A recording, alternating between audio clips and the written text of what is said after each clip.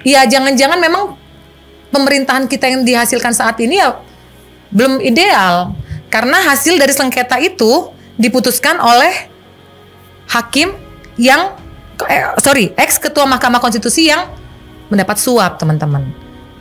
Jadi apakah iya jika ketua Mahkamah Konstitusinya saja menerima suap lalu hasil yang diputuskan itu akan baik? Semua mereka yang sudah ada konflik kepentingan dengan hukum gitu, yang ada kasus gitu ya, dalam hal ini terlibat kasus-kasus korupsi, suap menyuap, itu sepertinya sudah tahu gitu beberapa hakim yang bisa disuap. Jadi maka jaringan hukum itu sudah mengendus gitu ya, ada beberapa hakim yang mudah disuap. Kalau hanya kenaikan gaji saja, saya rasa itu bukan solusi gitu loh. Pasti masih ada saja gitu, karena namanya manusia ini tidak ada yang namanya puas ya.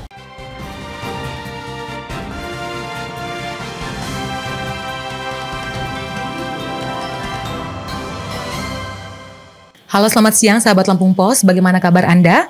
Berjumpa lagi bersama dengan kami dalam Berita Tajuk Lampung Pos. Bersama saya Delima Natalia Napitupulu dan rekan saya Wandi Barboy Silaban. Dan saya Denny Zulniadi. Pada kali ini kita akan membahas tajuk mengenai integritas hakim demi daulat hukum. Sebelum kita membahas tentang tajuk hari ini, simak video editorial berikut ini. Integritas hakim demi daulat hukum. Kenaikan gaji hakim yang mencapai 280% merupakan kebijakan besar yang baru-baru ini diumumkan pemerintah. Meskipun bertujuan untuk meningkatkan kesejahteraan hakim, kebijakan ini memunculkan pertanyaan, apakah ini solusi nyata untuk memperbaiki sistem peradilan atau sekadar pemborosan anggaran? Sejak beberapa tahun terakhir, sejumlah kasus besar suap yang melibatkan hakim memperburuk citra lembaga peradilan Indonesia. Praktek mafia hukum yang melibatkan hakim semakin menggerogoti kepercayaan publik. Salah satu contoh mencuat pada 2016 ketika seorang hakim Pengadilan Negeri Jakarta Pusat terjerat kasus suap. Fenomena ini menunjukkan bahwa meskipun hakim memegang peran penting dalam menegakkan keadilan, integritas mereka seringkali dipertanyakan. Bahkan baru-baru ini terungkap kasus suap yang melibatkan 4 hakim dalam perkara korupsi ekspor minyak sawit mentah atau CPO. Penetapan 3 hakim yakni D, ASB, dan AM sebagai tersangka dalam kasus yang mengungkapkan praktek mafia hukum. Putusan lepas dari segala tuntutan hukum kepada 3 korporasi besar memperlihatkan betapa rentannya sistem peradilan kita terhadap tekanan dari pihak-pihak yang memiliki kepentingan bisnis. Dalam putusan ini, hakim seolah-olah mengesampingkan prinsip keadilan demi kepentingan pribadi atau kelompok, dan hal ini tidak bisa dibiarkan begitu saja. Kejaksaan Agung kemudian mengungkapkan bahwa Ketua Pengadilan Negeri atau PN Jakarta Pusat, MAN, yang sebelumnya menjabat sebagai Wakil Ketua PN Jakarta Pusat, juga terlibat menerima suap senilai 60 miliar rupiah dari 2 pengacara korporasi tersebut. Penetapan para hakim sebagai tersangka dalam kasus ini harus membuka mata kita semua mengenai besarnya ancaman yang dihadapi oleh sistem peradilan Indonesia. Kasus suap dengan melibatkan korporasi besar dan pejabat pengadilan menunjukkan bahwa korupsi bisa merajalela dalam sektor yang seharusnya menjadi penjaga keadilan. Dalam konteks ini, kebijakan kenaikan gaji seharusnya bisa dipandang sebagai langkah positif. Dengan gaji yang lebih tinggi, diharapkan hakim tidak lagi tergoda menerima suap atau tindakan korupsi lainnya. Namun, kenaikan gaji yang hanya berfokus pada aspek kesejahteraan tidak dapat dianggap sebagai solusi tunggal. Landasan yang mendasari kebijakan kenaikan gaji ini adalah Undang-Undang Nomor 5 Tahun 1986 tentang Aparatur Sipil Negara atau ASN yang mengatur kesejahteraan pegawai pemerintah. Selain itu, Peraturan Pemerintah atau PP Nomor 15 Tahun 2019 menegaskan bahwa penghasilan hakim harus sesuai dengan peran dan tanggung jawab mereka sebagai penegak hukum. Meskipun hukum memberikan landasan yang jelas, kebijakan ini harus diimbangi dengan sistem pengawasan yang lebih efektif.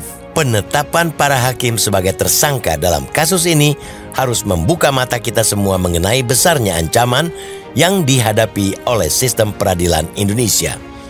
Kasus suap dengan melibatkan korporasi besar dan pejabat pengadilan menunjukkan bahwa korupsi bisa merajalela dalam sektor yang seharusnya menjadi penjaga keadilan. Penting untuk memastikan bahwa Kejaksaan Agung dan Komisi Yudisial lebih proaktif dalam melakukan pengawasan terhadap perilaku hakim dan aparat peradilan lainnya. Tidak cukup hanya dengan menyidik kasus-kasus yang terungkap, tetapi juga melakukan evaluasi mendalam terhadap sistem pengawasan yang ada. Kenaikan gaji hakim dan peningkatan kesejahteraan memang perlu dilakukan, namun itu harus diiringi dengan pengawasan yang lebih ketat dan langkah-langkah pencegahan yang lebih tegas.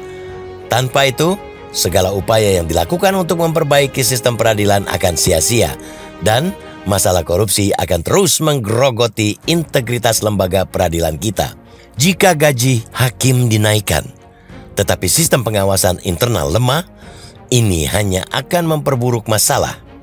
Komisi Yudisial dan Mahkamah Agung perlu memastikan bahwa pengawasan terhadap perilaku hakim diperkuat melalui pengawasan yang lebih transparan dan efektif. Kenaikan gaji ini harus menjadi bagian dari upaya besar untuk memperbaiki sistem kehakiman Indonesia.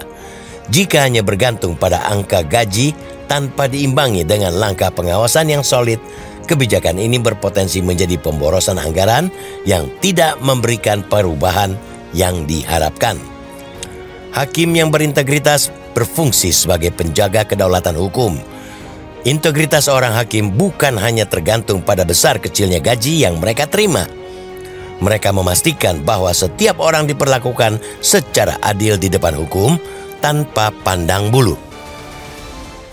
Berita teraktual, terpercaya dan terlengkap di Lampung. Dari politik, ekonomi hingga lifestyle, kami memiliki semua yang Anda butuhkan untuk tetap update.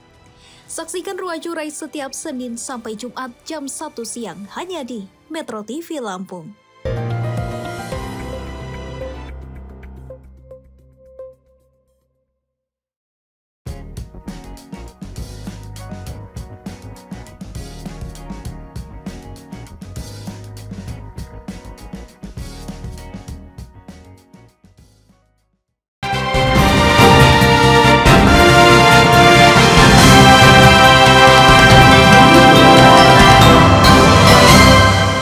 Baru-baru ini kita mengetahui ada kasus besar yang melibatkan 3 hakim dan mereka menjadi tersangka dalam kasus korupsi CPO yang bernilai sampai puluhan miliar.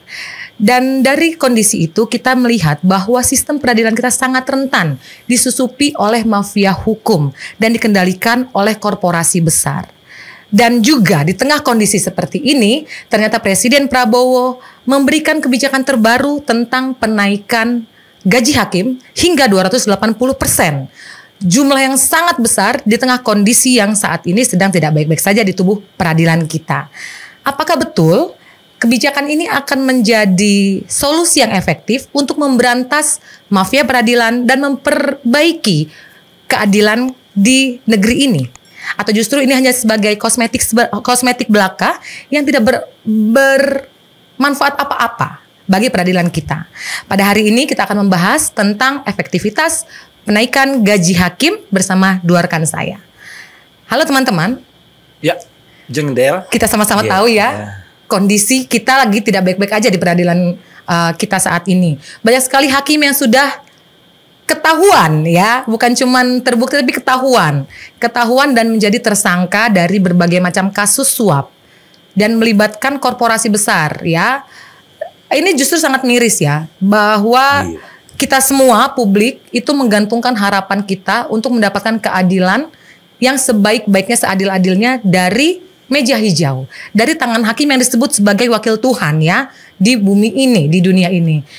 Sayangnya belakangan ketahuan boroknya banyak sekali, nggak banyak, tapi ada banyak hakim. Kalau lebih dari 2 saya sebut sudah banyak lah teman-teman ya, karena mereka ini hakim, bukan masyarakat sipil biasa.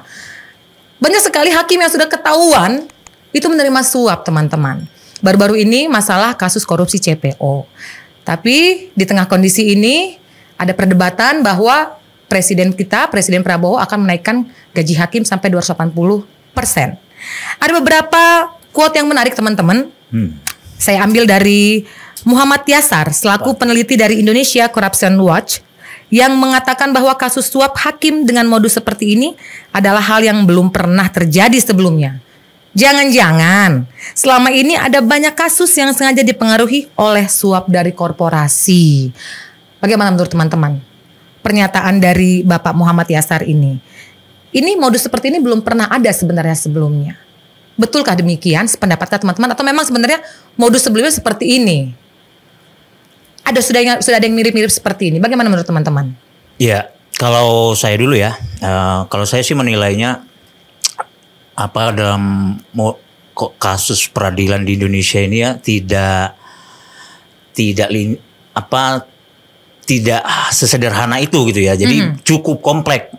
Yang mau saya tekankan adalah jaringan mafia peradilan di Indonesia itu cukup kompleks gitu ya. Jadi tentu saja ada berbagai modus di sana gitu ya, baik melalui jaringan itu sendiri maupun melalui orang-orang yang sudah terbiasa dititipkan, baik itu keluarga hakim, mungkin panitera, maksudnya panitera juga hakim itu sendiri yang selama ini sudah terdengar gitu ya. Jadi ya itu saya kira modusnya itu sangat beragam, sangat kompleks gitu ya, tidak sesederhana ya kalau ini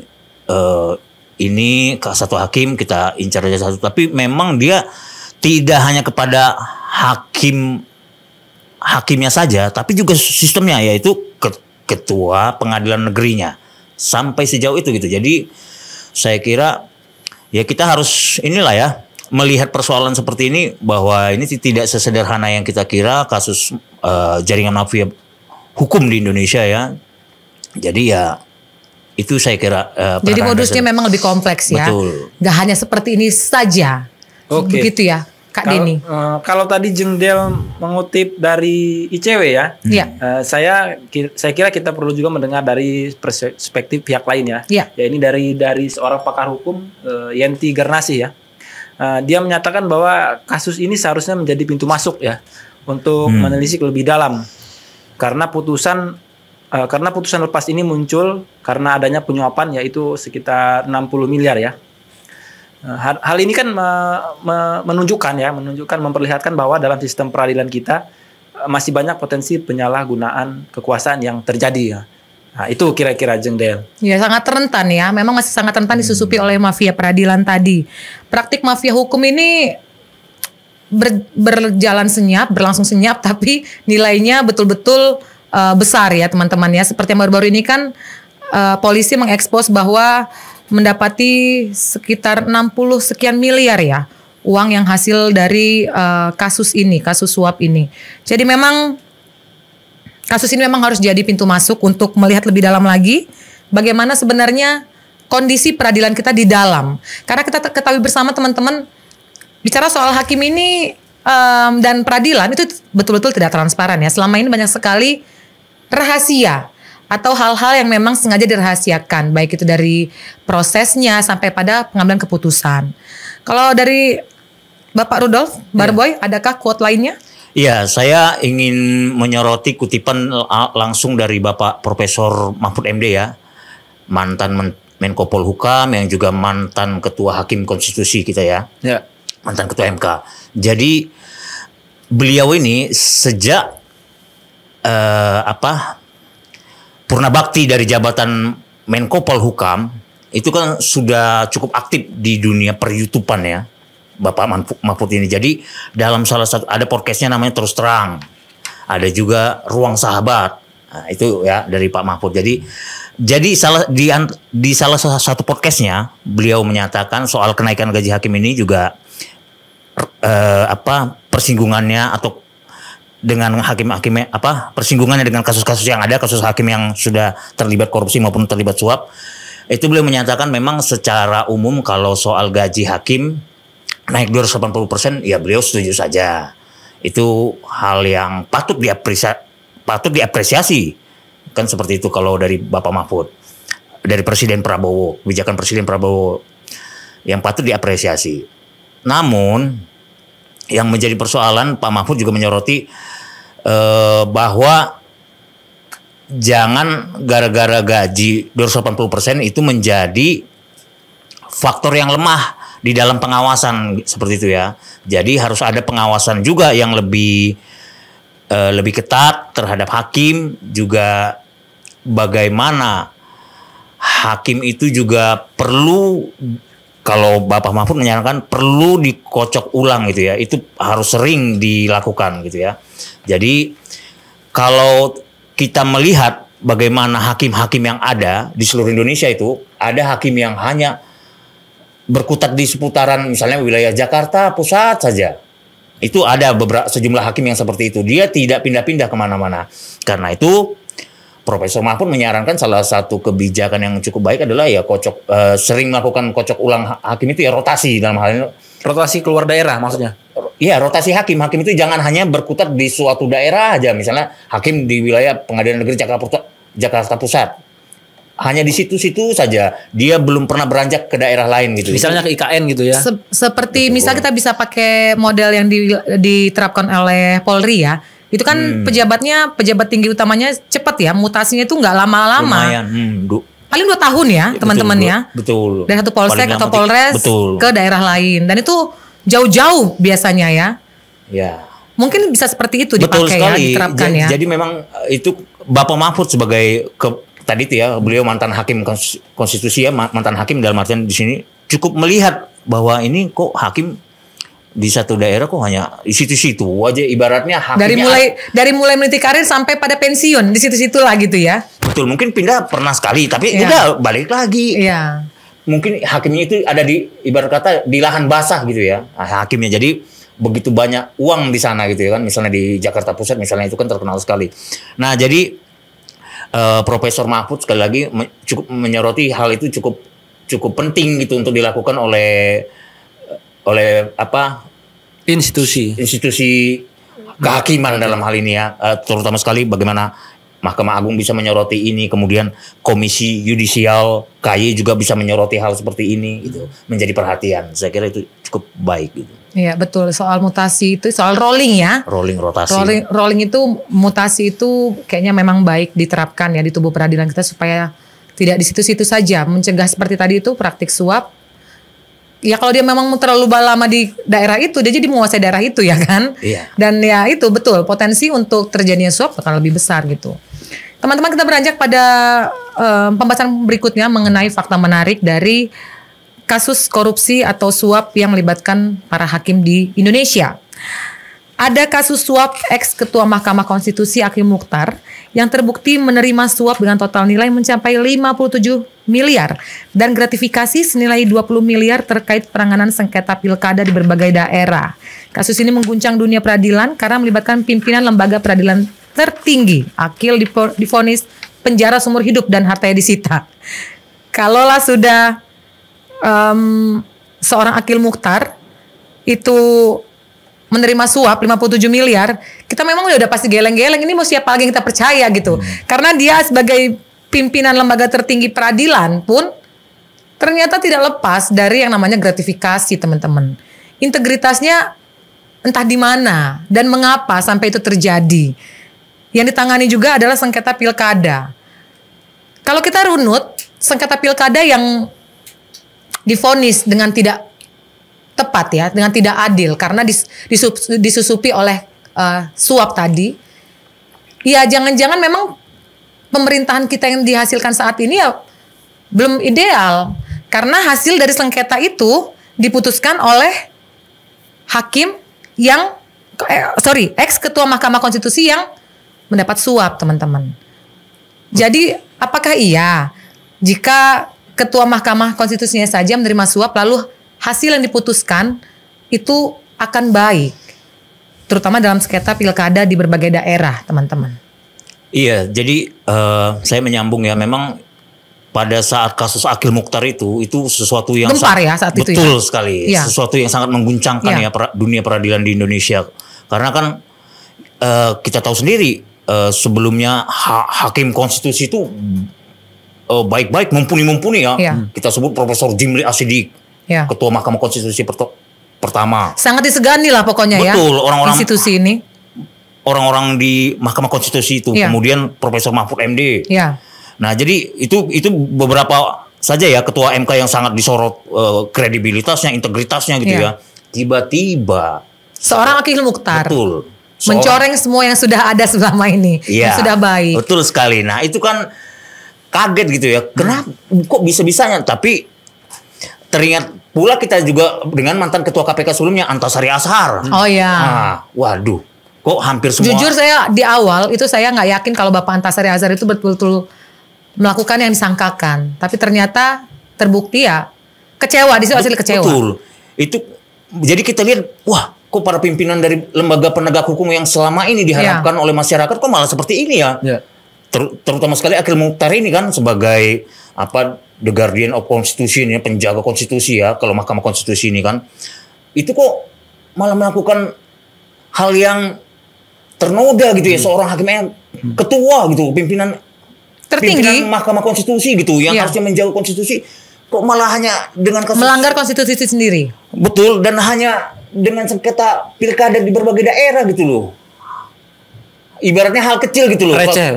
Hal receh misalnya. Ibarat kata kan Tapi nilainya nggak receh guys. 57 miliar. Betul. Itu Tapi betul nggak receh. ngomong-ngomong soal hakim konstitusi, ada fakta menarik lainnya ya. Ternyata dia bukan satu-satunya gitu ya. Ini ada juga kasus suap ex hakim konstitusi Patrialis Akbar. Iya, Bapak Patrialis Akbar juga. Ya, dia itu ini- viral juga saat terjadi ya. Dia terbukti menerima suap dari pengusaha daging ya. Ya. Basuki Hariman sebesar 20.000 US dollar dan 200.000 dolar Singapura ya.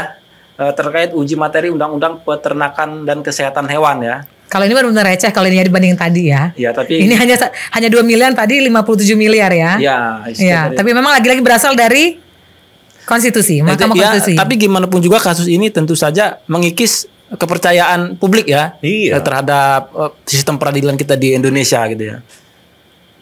Nah, terus kasus fakta lain juga ada kasus suap ex sekretaris Mahkamah Agung ini Nur Hadi ya. Nur Hadi bersama menantunya Reski terlibat dalam kasus suap dan gratifikasi pengurusan perkara di MA dengan total uang suap sekitar 45,7 miliar ya. Kasus ini menyoroti celah-celah di birokrasi peradilan yang dimanfaatkan untuk kepentingan pribadi ya. Iya, jadi ternyata banyak celah ya teman-teman ya di peradilan. Baik itu kepentingan pribadi maupun kepentingan korporasi besar. Jadi memang banyak sekali celah yang bisa dimanfaatkan. Kita jadi bertanya-tanya teman-teman, ini sebenarnya sistem peradilan kita yang terlalu banyak celah atau memang masyarakat yang terlalu pandai untuk mencari celah itu teman-teman? Karena nggak hanya dari pribadi, tapi juga korporasi berlomba-lomba menyuap hakim. Dari mana sebenarnya teman-teman kondisi ini? Sebenarnya kita mau mulai dari mana nih? Apakah memang sistem peradilan kita yang terlalu banyak celah atau memang masyarakat kita yang terlalu kreatif dalam memanfaatkan celah-celah atau tidak ada celah, dia membuat celah sendiri teman-teman? Ya itu tadi ya, kalau saya sih tetap berpatokan bahwa memang ini hal yang tidak mudah ya, tidak sederhana gitu kalau kita sudah berbicara dari mana kita memulai untuk mengusut kasus hakim suap ini ya, suap hakim ini. Itu kan kembali lagi ada jaringan di sana, ada jaringan mafia ya, mafia peradilan ya. Dalam artian kan ini kan hal-hal yang sebenarnya sudah menjadi rahasia, tapi bagi mereka yang sudah biasa terlibat oleh hukum gitu ya. Jadi semua mereka yang sudah ada konflik kepentingan dengan hukum gitu, yang ada kasus gitu ya, dalam hal ini terlibat kasus-kasus korupsi, suap menyuap, itu sepertinya sudah tahu gitu beberapa hakim yang bisa disuap. Jadi maka jaringan hukum itu sudah mengendus gitu ya. Ada beberapa hakim yang mudah disuap. Nah, jadi itu sekali lagi banyak pula modus-modusnya ya, berbagai modus banyak, baik itu melalui gratifikasi ya, pemberian sesuatu barang ataupun apa sebagai tindak apa sebagai bahan untuk mencuci uang juga ada seperti itu. Jadi saya kira itu cukup hal kompleks ya, jadi tidak sederhana kalau kita mau mengurai kasus ini. Nah, saya juga mau menambahkan kasus yang terbaru ya, dari kasus-kasus yang ada itu ada dugaan suap hakim yang 3 hakim perkara CPO ya, minyak goreng itu ya.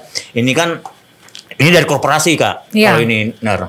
Kalau ini dari korporasi gitu. Jadi hakim ini karena korporasi besar gitu ya, karena korporasi besar hakim ini memberikan vonis lepas gitu ya. Vonis lepas gitu terhadap korupsi CPO gitu ya. Dalam hal ini tiga korporasi besar ya, ada di antaranya Wilmar Group seperti itu ya. Jadi itu kan hal yang sangat miris ya kalau kita mau lihat lebih jauh ya. Kemudian juga terakhir ada kasus suap ex panitera pengganti PN Jakarta Pusat ya, Edi Nasution. Dia perkara pilot ya dari pihak swasta ini. Sebenarnya nggak jumlahnya nggak seberapa banyak, tapi ya itulah beberapa hakim maupun panitera yang cukup banyak tersangkut gitu ya, sangkut kasus suap maupun kasus korupsi. Jadi apa? Dunia peradilan di Indonesia ini sekali lagi ternyata tidak bersih-bersih amat gitu ya. Yang selama ini kita melihatnya hakim itu hakim yang baik, bersahaja, mungkin bersih sebagai wakil Tuhan. Bagaimanapun kan hakim adalah pemberi vonis terakhir ya. Sehingga dianggap sebagai wakil Tuhan. Tapi ternyata kalau wakil Tuhan itu bersikap seperti itu kan kita kan jadi mempertanyakan apa artinya itu sebutan wakil Tuhan itu. Ini kan seperti itu kita jadi mempertanyakan. Ya nggak usah ngomong-ngomong wakil Tuhan lah kalau memang perilakunya seperti itu kan gitu. Ya. Iya. Jadi kan ini kan sangat apa ya kita melihatnya ya sebal ya kesal gitu ya. Ya juga kecewa gitu ya. Itu kan bisa kita tumpahkan kalau hakim-hakimnya kondisinya seperti itu, hakim maupun panitera gitu ya. Pokoknya yang ada di peradilan lah ya, di pengadilan ya. Itu kan ada panitera, ada hakim gitu. Itu kalau itu yang berperan di peradilan kan itu. Jadi kemudian juga bukan hanya di hakim yang terlibat dalam suatu perkara, tapi juga ada ketua pengadilan negeri. Nah, ini benar-benar sesuatu yang menusuk kita kan ini. Kenapa baru belakangan ini ya kasus hakim ini sangat tersentral gitu ya, sangat terpusat gitu ya, sangat disorot gitu ya kasus ini ya. Yang selama ini kita melihat hanya polisi, mungkin jaksa gitu ya. Itu kan lempeng-lempeng polisi. Kalau polisi katakanlah mungkin ada 1-2 yang kita lihat kasus gitu ya, terlibat entah korupsi, entah apa, pembunuhan segala macam ya. Kalau hakim ini kan sesuatu yang agak jarang gitu. Tadi itu sebagai wakil Tuhan. Kalau jaksa mungkin ya kayak gitu-gitu aja lah. Kadang hanya ada isu. Kalau jaksa itu hanya ada isu. Ini jaksa ini minta ini sekian-sekian gitu. Minta sekian tapi ya belum terungkap kalau kasus-kasus jaksa gitu kan gitu. Tapi kalau hakim ini kan memang benar-benar kalau kita melihatnya gitu ya, dari kasus hukum yang ada di Indonesia itu kan adem ayem aja gitu, anteng-anteng aja kalau hakim kita lihat kan. Tapi belakangan ini kok malah menyeruak ini hakim-hakim ini. Mulai dari Zaro Prikor tadi, ya, yang lain-lainnya juga seperti itu. Jadi memang ya sesuatu yang sangat kita sayangkan lah kenapa bisa seperti itu terus ya. Padahal memang kan posisi hakim ini sebagai posisi yang sangat prestisius ya. Dan juga sebenarnya tanpa dinaikkan pun gajinya, itu kan udah besar gajinya ya. Kalau berdasarkan PP 44 tahun 2024, ini sebelum kenaikan gaji 280% ya teman-teman ya.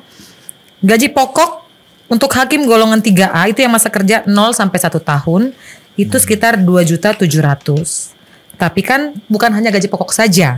Ada tunjangan yang juga bervariasi. Misalnya hakim tingkat pratama di pengadilan kelas 2 tunjangannya sebesar 11.900.000. Jadi kalau di total hanya tunjangan dan gaji pokok saja itu untuk hakim golongan terendah sekitar 14 juta teman-teman. Itu sebenarnya bukan nilai yang kecil ya untuk gaji untuk hakim yang baru saja bekerja. Dan bervariasi terus meningkat lebih tinggi sampai ke hakim golongan 4E dengan masa kerja hingga 32 tahun, gaji pokok sekitar 6,3 juta dan tunjangan untuk hakim ketua atau kepala pengadilan kelas 1A 37,9 juta teman-teman tunjangannya saja. Dan ketua pengadilan tinggi itu 56.500.000 rupiah. Nilai ini membacanya saja kita sudah wow gitu ya bagaimana menerimanya. Tapi ternyata si penerimanya, para hakim yang terhormat itu masih saja menerima kasus suap, masih menerima suap dan gratifikasi dari para tersangka, terdakwa ya teman-teman ya. Menurut teman-teman apakah sebenarnya besaran gaji ini mempengaruhi integritas para hakim? Oke, baik. Menurut beberapa sumber atau literasi yang pernah saya temukan ya. Jadi kenaikan gaji hakim ini jika pemerintah itu hanya melakukan riset atau instrumennya hanya satu ini saja, maka kemungkinan besar kenaikan gaji hakim ini tidak akan atau gagal ya mencegah korupsi ya. Tapi bisa menjadi salah satu komponen atau instrumen, tapi masih ada instrumen lain. Misalnya dengan melakukan transparansi ya, pengawasan yang lebih ketat dan akuntabilitas ya.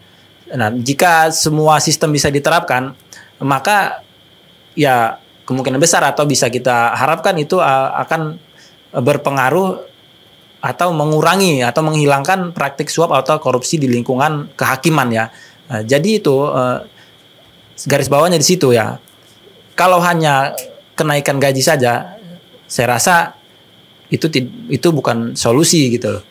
Pasti masih ada saja gitu karena namanya manusia ini tidak ada yang namanya puas ya gitu. Iya, ada suara yang mendukung kenaikan gaji ini menyatakan bahwa kalau hakim mendapatkan gaji yang lebih besar, kesejahteraannya akan lebih baik, maka dia akan lebih sulit tergoda dengan uang suap. Bagaimana menurut Bapak Rudolf dengan kondisi ini? Iya, yang pasti kan kalau saya kan tetap berpatokan tadi ya bahwa gaji hakim itu baik ya, kenaikan gaji sampai 280% itu sesuatu yang patut diapresiasi, sesuatu yang baik gitu ya. Tapi sekali lagi memang bukan itu yang harus kita tekankan, tapi bagaimana. Bukan itu sebenarnya kuncinya ya. Bukan itu gitu. Itu sesuatu yang baik dari negara intervensi, negara hadir melihat hakim selama 18 tahun tidak ada kenaikan gaji hakim. Itu kan sesuatu yang miris juga sebenarnya kalau kita Tapi apakah memang harus sampai 280% teman-teman? Bayangkan 280%. Bayangkan. Ya mungkin pemerintah ya menetapkan memutuskan kenaikan gaji ini sudah melalui riset ataupun perhitungan yang matang, disesuaikan dengan kebutuhan hakim gitu kan. Karena kan 280% ini kan kalau saya tidak salah baca atau lihat itu tidak rata, maksudnya ada yang sesuai ini juga sesuai tingkatnya gitu kan. Ada yang tidak semuanya 280% gitu kan. Ya artinya kan menyesuaikan gitu dengan apa mungkin masa kerja atau jabatannya gitu kan. Jadi kembali lagi dengan kenaikan 280% ini mungkin pasti ya pemerintah itu sudah melakukan riset dan perhitungannya dengan matang ya. Sayangnya kan kondisi di bangsa kita, di negara kita saat ini sedang efisiensi besar-besaran. Kan gitu ceritanya ya. Banyak sekali program-program yang dihapus. Salah satunya adalah O2SN teman-teman, ini curhat dikit ya sebagai orang tua ya. Jadi kalangan siswa itu O2SN itu dihapuskan. Diduga karena memang efisiensi anggaran. Jadi beberapa anak-anak yang memang sudah bersiap mempersiapkan diri setiap tahun untuk ikut O2SN, olahraga ya, ini olimpiade olahraga. Olahraga di kalangan siswa dari SD, SMP, SMA. Olimpiade ya. Iya, ada renang dan lain-lain. Itu ditiadakan tahun ini. Diduga karena efisiensi. Nah, tapi di sisi lain ada kebijakan penaikan gaji hakim yang sampai 280% teman-teman. Jadi memang saya sebenarnya agak bingung sih. Ini sebenarnya rumusannya mengapa begini? Kecuali kalau memang kita bukan lagi efisiensi ya, bukan lagi penghematan. Mungkin kalau ini terjadi zaman Bapak Jokowi, ya kita biasa-biasa saja toh. Saat itu bukan lagi mau efisiensi nih kita, lagi mengoptimalkan pembangunan dan apa. Kalau saat ini kondisinya kan berbeda, prioritasnya adalah untuk ini, MBG gitu kan dan lain-lain. Ya mungkin ini adalah prioritas ya Bapak Presiden Prabowo, semangat dia untuk bagaimana agar keadilan di Indonesia itu benar-benar ditegakkan gitu, agar hakim-hakim ini tidak mudah disuap gitu kan, agar pemberantasan korupsi di Indonesia ini berjalan dengan baik sesuai dengan keinginan Pak Presiden. Mungkin seperti itu. Jadi kenaikan gaji ini icanya sebagai benteng gitu ya, benteng para hakim supaya nggak tergiur. Yakin tapi bakal nggak tergiur. Ya itu tadi, artinya ya itu saya sampaikan tadi ya. Ya makanya selain kenaikan gaji hakim, perlu juga ditingkatkan pengawasan, transparansi dan akuntabilitas itu tadi harus berjalan beriringan, tidak hanya satu instrumen saja. Itu yang saya sampaikan tadi, begitu kira-kira. Iya, menambahkan lagi tadi kan selain itu tadi ya saya kira itu ya jangan lupakan juga tadi sistem mutasi tadi ya, pentingnya hakim itu bukan hanya di satu wilayah tertentu saja gitu. Itu sekali lagi juga hal yang patut menjadi perhatian juga, karena kan yaitu ada hakim yang hanya di satu wilayah, itu kan sesuatu yang bagaimana kita menilai hakim ada di satu wilayah tertentu kalau dia mungkin karena dia kenal dekat dengan kekuasaan, dia kenal dengan orang-orang yang berkuasa gitu ya. Jadi dia jarang pindah gitu. Katakanlah mungkin hanya 2 kali seumur hidupnya di saat dia menjabat gitu. Itu kan sesuatu yang miris gitu. Tidak seperti tadi polisi begitu cepat kalau polisi rotasinya mutasi dari satu wilayah ke wilayah lain. Kalau di kepolisian itu kan mereka promosi dan mutasi itu kan bagian dari apa sih namanya, jenjang karir gitu loh, mungkin Mas Boy, kan kenaikan jabatan, kenaikan pangkat. Ya tidak apa-apa sebenarnya, itu hal baik, bisa diterapkan juga sebenarnya di sistem peradilan kita. Gitu. Kalau seperti itu kan kita bisa sama-sama melihat loh teman-teman, bahwa oh dia dari itu sebelumnya menjadi ini, ya kan, jelas nih. Iya. Dan lebih tersosialisasi loh. Di kita saja di Lampung Pos saja itu kita sering sekali ya, setiap ada mutasi perwira, Polri. iya perwira di Polri, itu kita pasti beritakan, ya toh. Iya. Dan viewersnya banyak, Iya. pembacanya banyak yang ingin mengetahui. Tapi kan tidak demikian jika di tubuh peradilan kita. Iya. Ada hakim misalnya dirotasi. Kayaknya nggak pernah ada deh di berita kita selama ini, atau mungkin saya yang selip ya. Kayaknya nggak pernah ada kita memberitakan pengadilan tinggi merotasi atau merolling hakimnya kemana gitu, sepertinya nggak ada deh. Iya, yang ada kan misalnya ada hakim ketua pengadilan tinggi yang baru, ada Iya, mungkin hanya pada seremonial. iya, hanya pada saat pada posisi ketua, Iya, ya. betul, Tapi seperti di itu. hakim yang bukan ketua itu sepertinya lupa. Padahal kan hakim itu juga ada jenjang-jenjangnya ya. Tadi seperti tadi itu ada tingkat pratama, tingkat Iya. tingkat apa gitu ya. Jadi memang seperti itu juga perlu sih, menurut saya baik adanya untuk disosialisasikan dan diterapkan. Juga kan banyak sekali teman-teman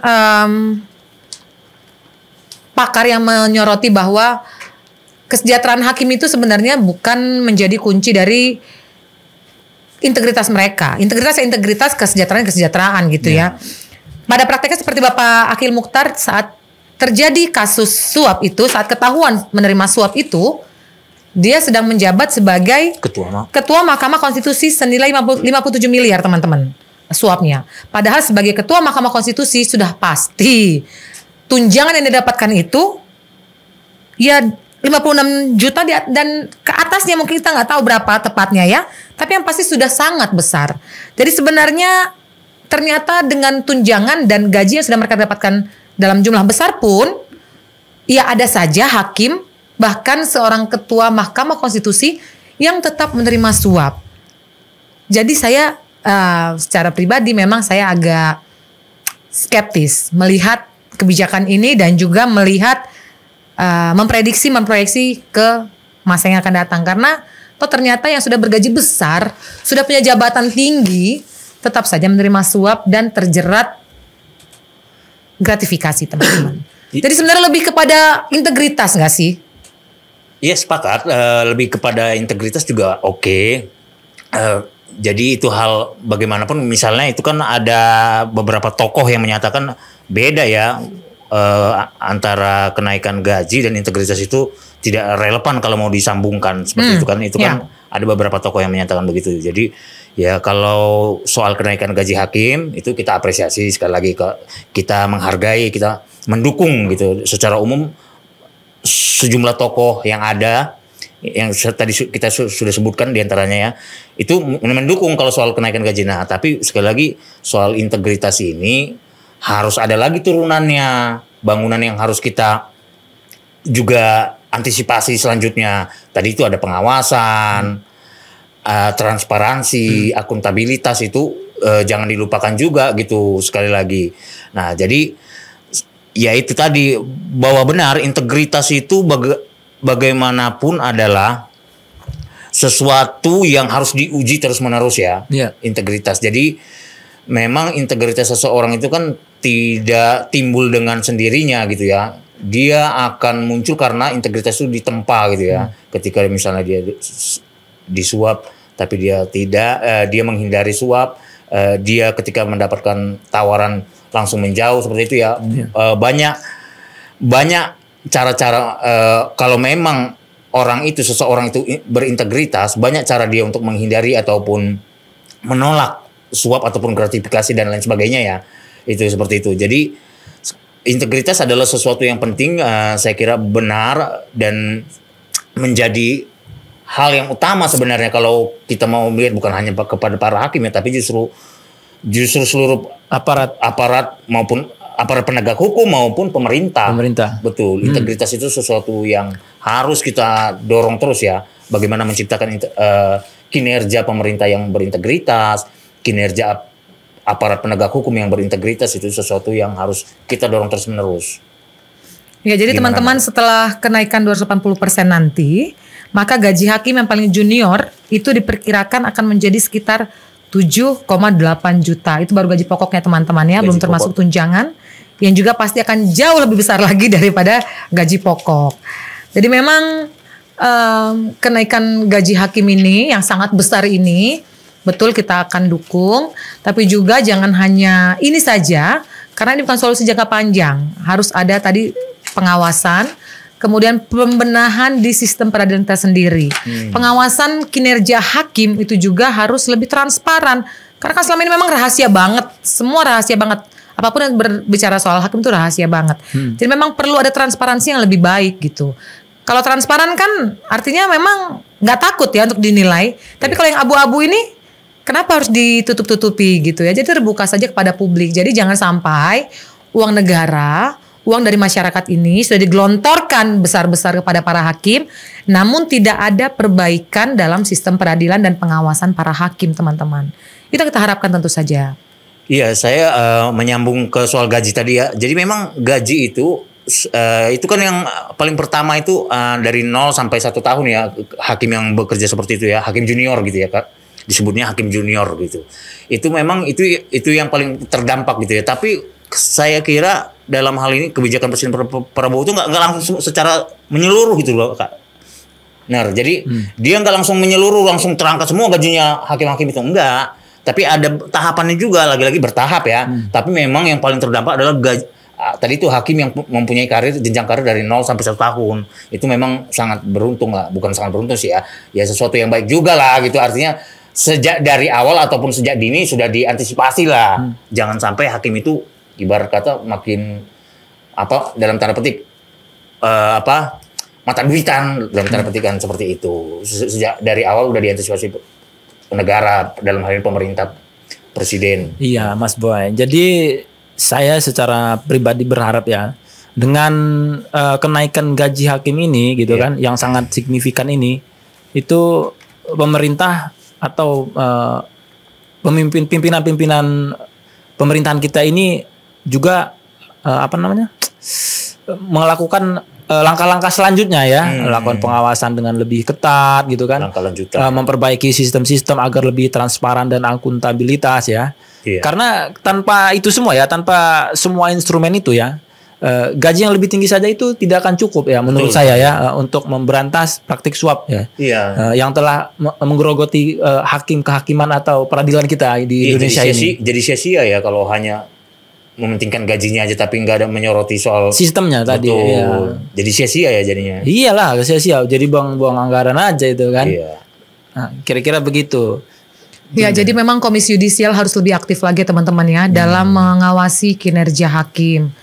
Selama ini Komisi Yudisial juga ya kita tahu sudah bekerja, tapi memang harus ada kinerja yang lebih baik, yang lebih terlihat oleh masyarakat, supaya para hakim juga bekerja lebih hati-hati gitu ya dalam menjalankan jabatannya, dalam mengemban amanahnya. Ya, jadi memang kenaikan gaji hakim sebesar 280% ini bukan hanya faktor tunggal yang akan menjadi upaya atau ikhtiar dalam memperbaiki sistem peradilan kita.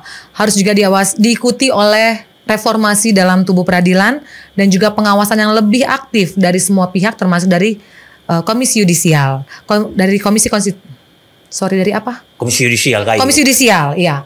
Jadi semoga dengan adanya kolaborasi, sinergi yang lebih baik lagi, kinerja hakim dengan gaji yang jauh lebih besar, dengan kesejahteraan yang jauh lebih tinggi, ini bisa lebih baik lagi dan bisa memberikan keputusan yang lebih adil bagi semua kalangan tanpa memandang uang, tanpa memandang status latar belakang dari para terdakwanya. Jadi kita berharap besar akan kebijakan ini bisa memberikan peradilan yang lebih bersih dan lebih baik lagi.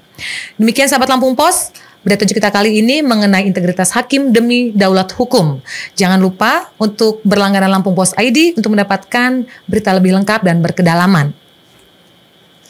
Ya, teman-teman sudah melihat bagaimana diskusi kita tadi. Teman-teman juga bisa memberikan komentarnya di kolom komentar di channel Lampung Pos Update. Teman-teman jangan lupa subscribe akun YouTube Lampung Pos Update agar tidak ketinggalan informasi terbaru. Demikian berita tajuk kita kali ini. Sampai jumpa minggu depan. Salam.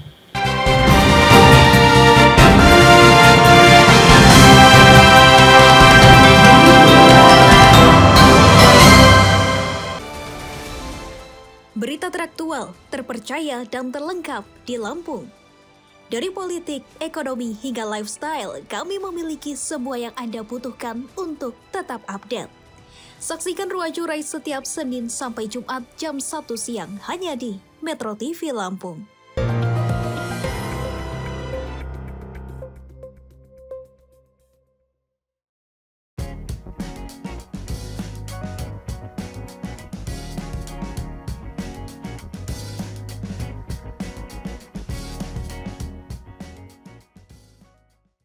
Lampung Pos berdiri dari tahun 1974. Telah menjadi sumber informasi terpercaya bagi masyarakat Lampung selama lebih dari 4 dekade. Berawal dari surat kabar cetak, Lampung Pos terus beradaptasi dengan perkembangan zaman. Menyongsong era digital 5.0, Lampung Pos terus berbenah diri untuk tetap relevan. Dengan adanya platform digital, Lampung Pos menyajikan informasi yang akurat, objektif, dan berimbang, serta memperluas jangkauan pembaca. Lampung Pos dapat diakses melalui sosial media, laman Facebook, Instagram, dan TikTok. Lampung Pos memiliki One Click, koran cetak dan digital, Metro TV Lampung, Radio Sai 100 FM, Lampos Event Organizer, dan Lampos Publishing. Lampung Pos, jendela informasi Lampung. Menuju era digital 5.0, Lampung Pos berkomitmen untuk menyajikan informasi yang akurat, objektif, dan berimbang, serta membangun platform diskusi dan interaksi yang bermanfaat bagi masyarakat.